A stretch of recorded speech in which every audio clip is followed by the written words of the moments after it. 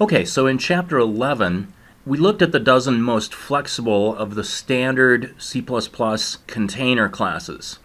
4 different sequence containers, namely the vector, dec, list, and forward list. 4 different associative containers, namely the set, multiset, map, and multimap. And 4 unordered or hash table containers, the unordered set, unordered multiset, unordered map, and unordered multimap. Now here in Lecture 12, we're going to do a very brief overview of standard library algorithms defined in C++ that can be used for processing not only the standard library containers, but any kind of container that you might design that provides iterators. Altogether, there are about 80 standard algorithms that do everything from fairly simple operations, like simply helping you iterate through or copy the elements in a container, to more complex kinds of things like shuffling or rotating or permuting the elements of a container, or treating a container as a set and allowing you to compute the union of 2 sets, the intersection of 2 sets, the difference between 2 sets, and so forth. So most of these algorithms take 2 iterators specifying the beginning and the end of some range of values in the container that you want to operate on.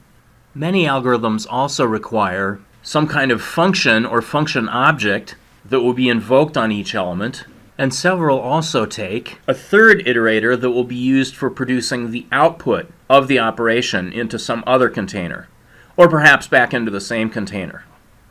One of the most important standard algorithms that simply allows you to apply some operation to each element in a range of values is for each.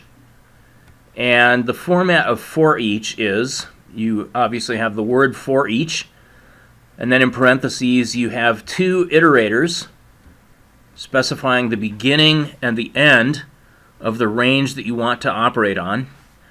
And the 3rd argument is some kind of operation that you want to have performed on each one of those elements. You have to specify the operation in such a way that as an argument it will take a reference to the current element so that the operation can operate directly on that element. And here we're showing the idea of using a C++ function as the operation. Okay, so here on slide 4 we have several examples of operations that we might use with for each. And here on slide 5, we have several examples of for each applying these operations.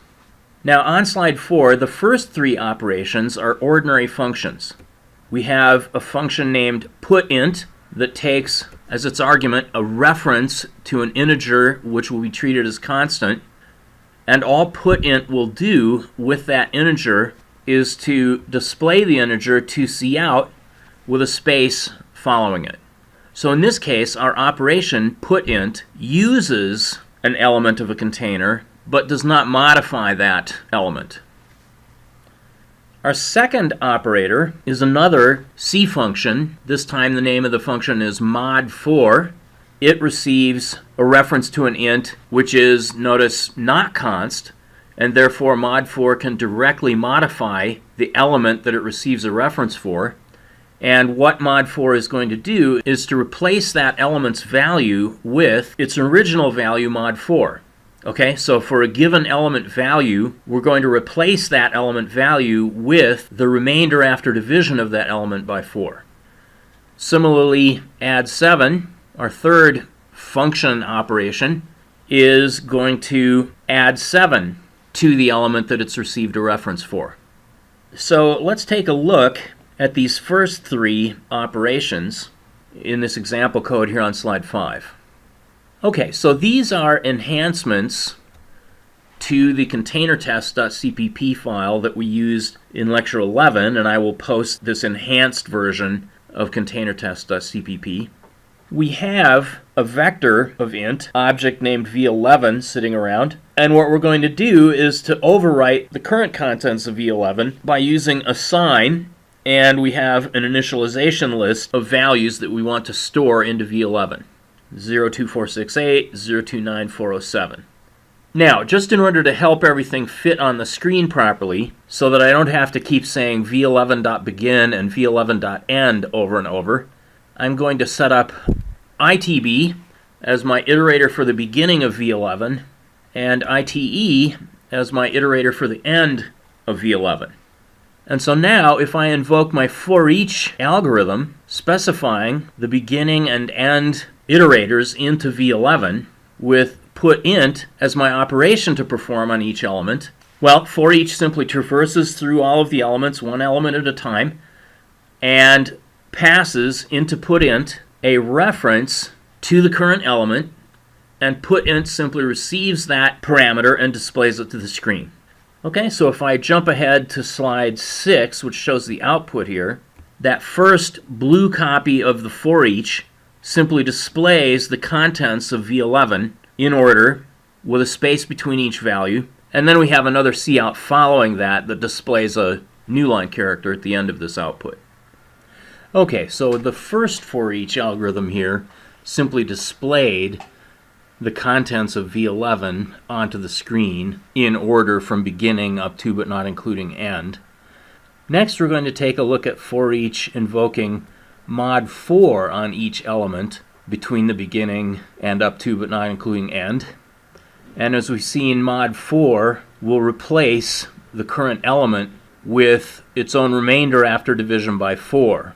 So if we take a look at the output on slide 6, the output is produced by this red for each, and we can see that the output makes sense. That is, where we used to have a 0 or a 4 or an 8, now we have zeros as the remainders dividing by 4. 2 and 6 in 3 places, the remainder after division is 2. And 9, the remainder after division by 4 is 1. 7, the remainder after division by 4 is 3. So this for each loop on mod 4 has modified the values of the 11 elements in the V11 vector. And then the red for each loop is simply displaying those values to the screen. Add 7, which was shown on slide 4, simply adds 7 to each element that's passed in. And this green for each loop is going to display the result. We can see that the output of the green for each loop has exactly the same values as the red for each loop above it, except that each one of these values has 7 added to it. So where we used to have zeros, we have 7s. Where we used to have 2s, we have 9s, and so on. Now, these 3 functions at the top of slide 4 are limited in a couple of different ways. First of all, put int only knows how to display an int value. We would rather have a more flexible function that's able to display any type of value. Also, mod 4 and mod 7 have the constants 4 and 7 built right into their implementations. We would like to have more flexible functions that are able to do mod of any n or add of any n to each element in our range of values from begin up to but not including end. So instead of these individual functions, put int, mod 4, add 7, let's define some template functions. Put t, which is a template that's able to display an arbitrary type, and mod m, which is a template able to replace each element by the mod with some arbitrary integer m. Notice here in our template, instead of having type name, we can specify int and some arbitrary m to be plugged into our computation here. And likewise, add m down here, where again we have a template that takes some particular m and adds that particular value of m to each element.